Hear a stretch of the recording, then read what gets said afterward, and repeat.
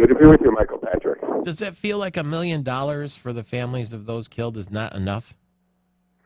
Well, this is the argument that trial lawyers make to juries when they're trying cases involving substantial injuries that or death. That you can't replace life. The only way to do it is money, and that is the attempt that you try to get a jury thinking of how much money can replace life, and it can't. So therefore, the figure goes up. But I think that's in essence the message that is being put forth.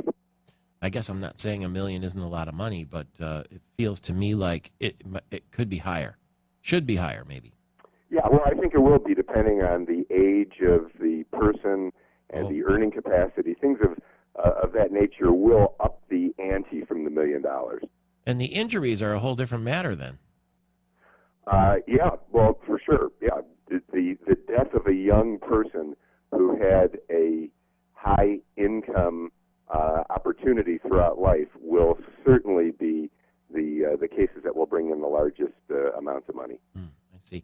10 minutes after the hour, and of course, as you heard there, if they take the money, then they can't sue. If you were advising one of those, let's say an injury victim, well, yeah, let's say an injury victim, would you advise them to take the money from General Motors or to try to slug it out in some sort of class action?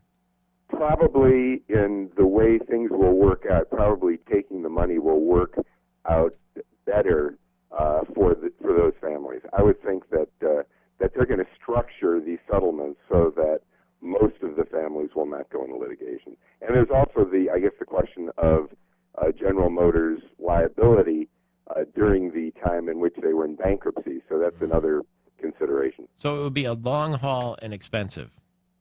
Yeah, long haul, greater uncertainty, other questions that can arise, like comparative negligence, which will not be, at least according to my understanding, a part of the settlement discussions. They're putting aside the use of General Motors asserting any traditional defense of fault on the part of anyone injured.